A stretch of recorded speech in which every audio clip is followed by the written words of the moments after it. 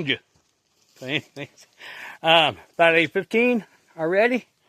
I pulled up. This is a 12-footer right here. That thing is massively heavy, and it's going to go right there, right there, right there, right there. And in the meantime, I built a box for kindling. I'm getting sick and tired of coming up here every morning and having to cut kindling to start my fires. So I built me a nice sturdy box, and I'll take some of this firewood and bust it up into kindling, small stuff. Maybe go around and get some dry branches and whatnot, bust them up, put them in there. That way I've got some neat little kindling to deal with. Be easy to just come up here and start a fire, and then when it starts getting low, I'll just sit there and cut kindling for about 20-30 minutes. Well, anyways, I got the 12-footer here. I have to go and get the 10-footer, and then I got to go get this stupid leaner tree, which is going to take my other strap, the orange strap, and my come along. It's sitting in a precarious position. So what I'm going to do is I'm going to tie the orange strap around the base of the tree. There's a tree not too far away, but it'll be out of the fall path where this thing's going to fall. I'll hook the other strap around it. Hook to come along in between and stand over by the other tree, not the one I'm pulling down. Come along it over, move that butt end over, and it'll just go. So we'll be all good. So I just got to get out of the way when it falls, because I don't know what that come along is going to do. Don't know what the tree is going to do. I have to look up before I do any of this to make sure don't have a Widowmaker above my head. It's kind of in a precarious position. When I fell it fell into this tree, and it's the top is kind of wrapped up in vines. So I might have to do quite a bit of this come along going on it, but it's no biggie. We'll get her done, 'cause I'm that good. So, and then a little later on today, once I get all them trees down and cut and everything up here, I've got a whole bunch of just limbs and whatnot to go up there, start throwing down, cut them up, make firewood out of them, the brush, put over here on the side, get this all going. And then once I get this all cleaned up here, I may just leave that for another day. What I need to do is start going around and cutting the 3 to 4 inch logs, not these ones here that are about 9 to 10 inches across. This one here is a maple. That thing, it retains all the water. That's why it's such a hard wood. And the rings are real close. Here, give me an idea. I got a piece cut. There we go. That's the same kind of... No, it's not. That's not it. Hang on. We're looking. There it is. There's one. Okay. There we go. There's a good picture of one. Okay. So, as you're looking here, this is going to be the center. And it's got a ring. And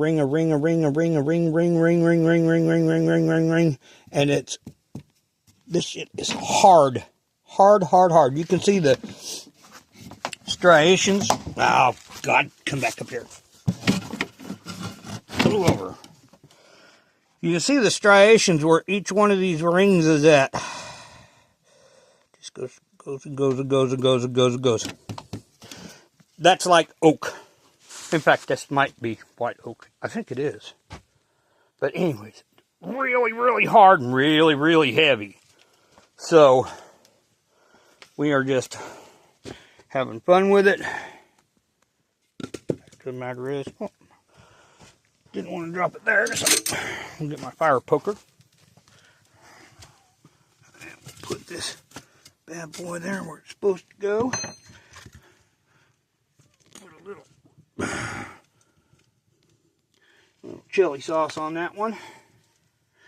And I think we're good to go for a little bit. I can move this just a little bit. There we go. Now we got some air going into the fire.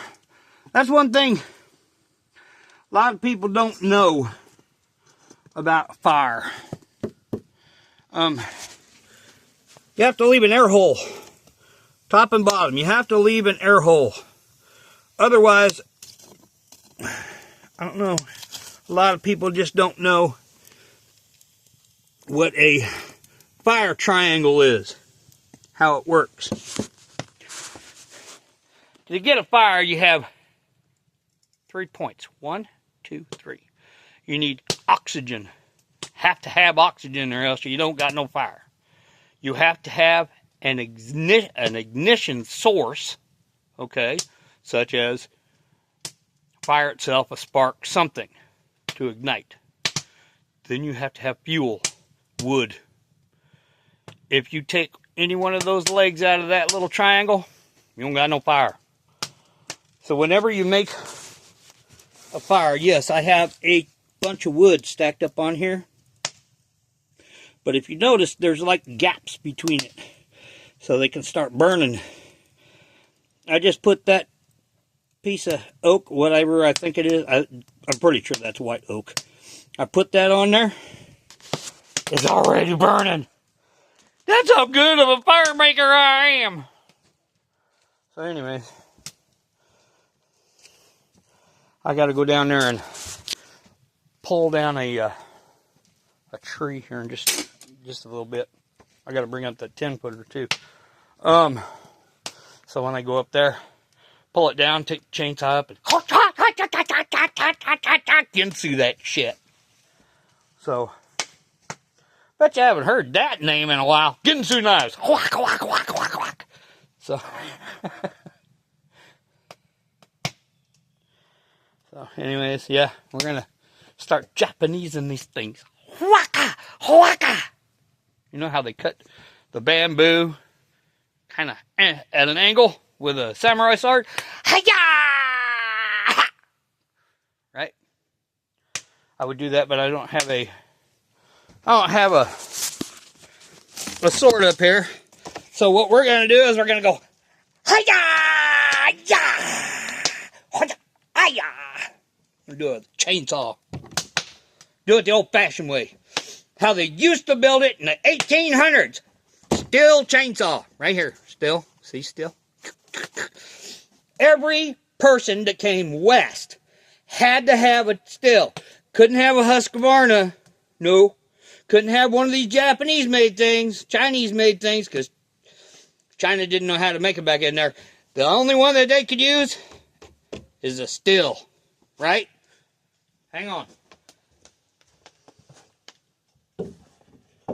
That's a new still, right? I got the old-timey steel, too. This is it. This is old-time steel. Right here. Steel. Right?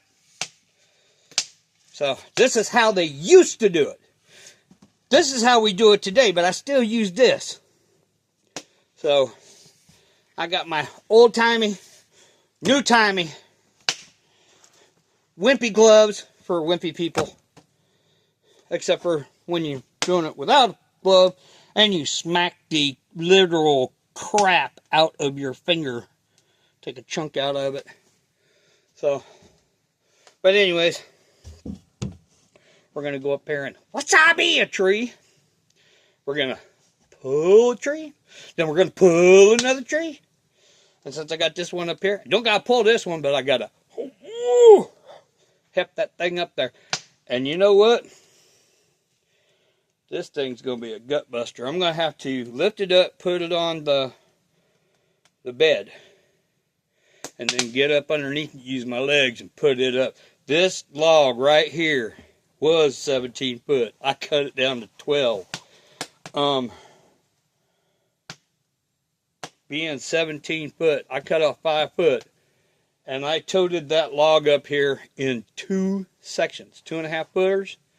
And I bet each one of them pieces of tree weighed 80 pounds. So I cut off almost 300 pounds out of that tree. 200 pounds. About 150 pounds. Just out of 5 foot. And this thing is 12 foot. So you're looking at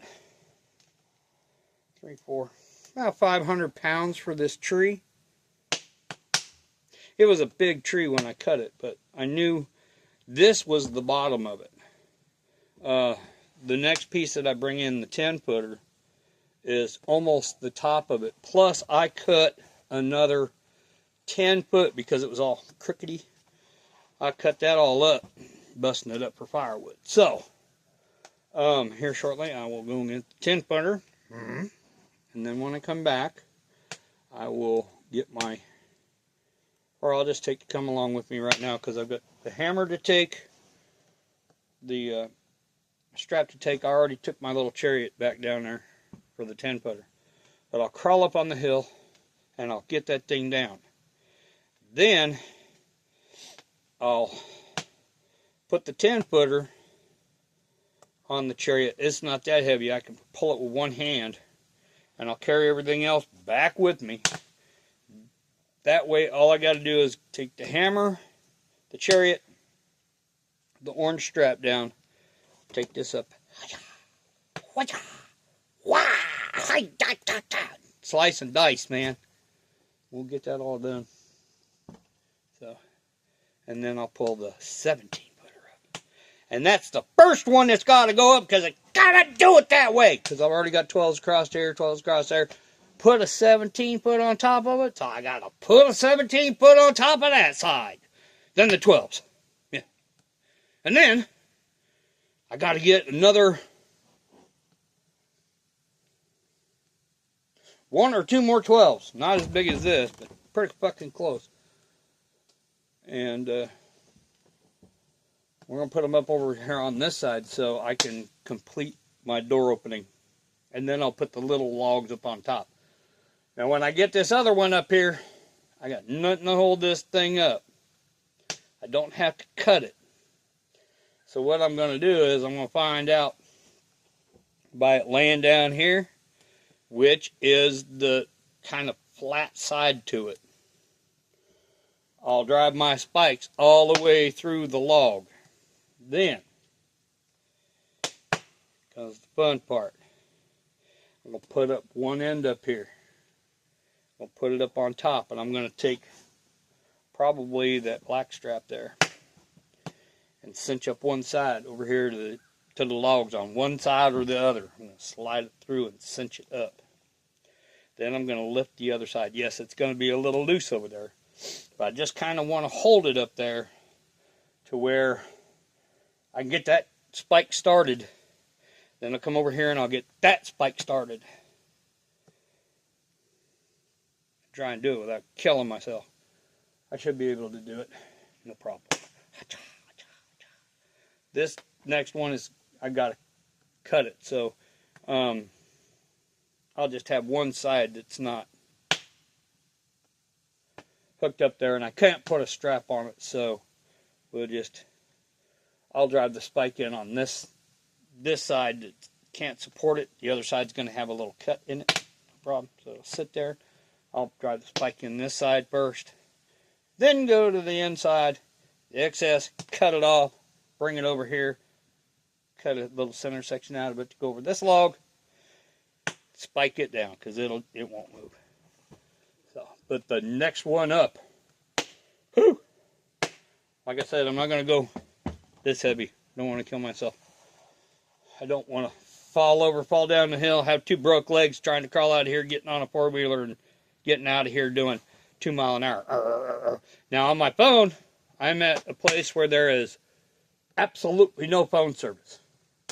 But saving grace is I can dial 911. I can call me a Porsche.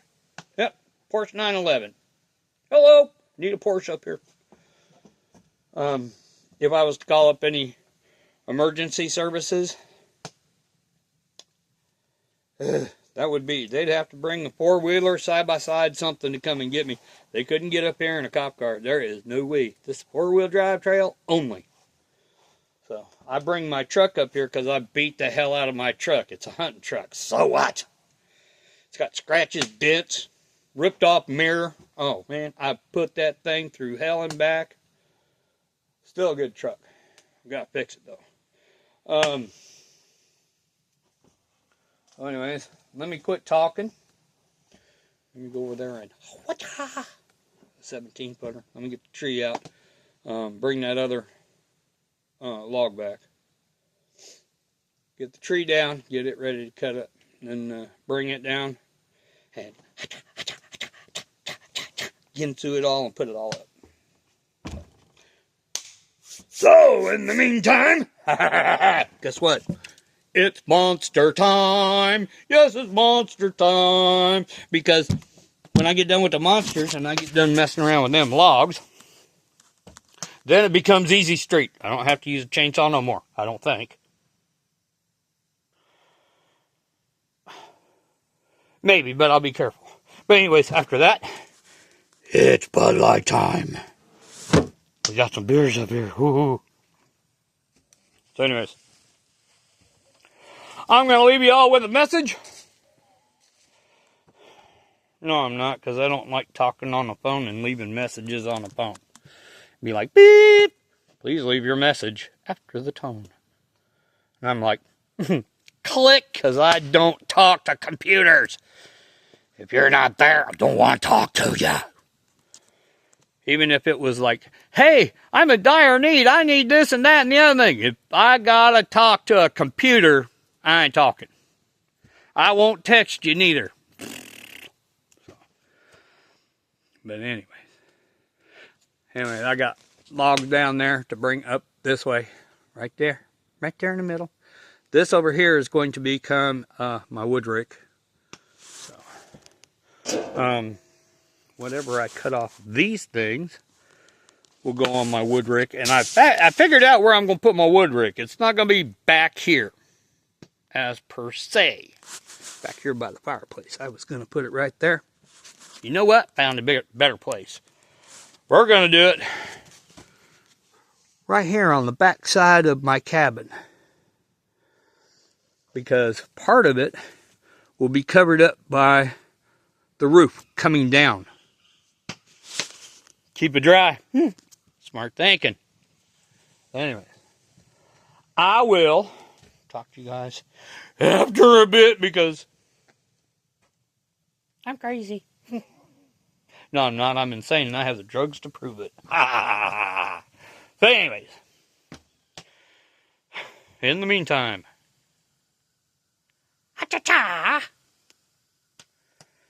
we'll see you later.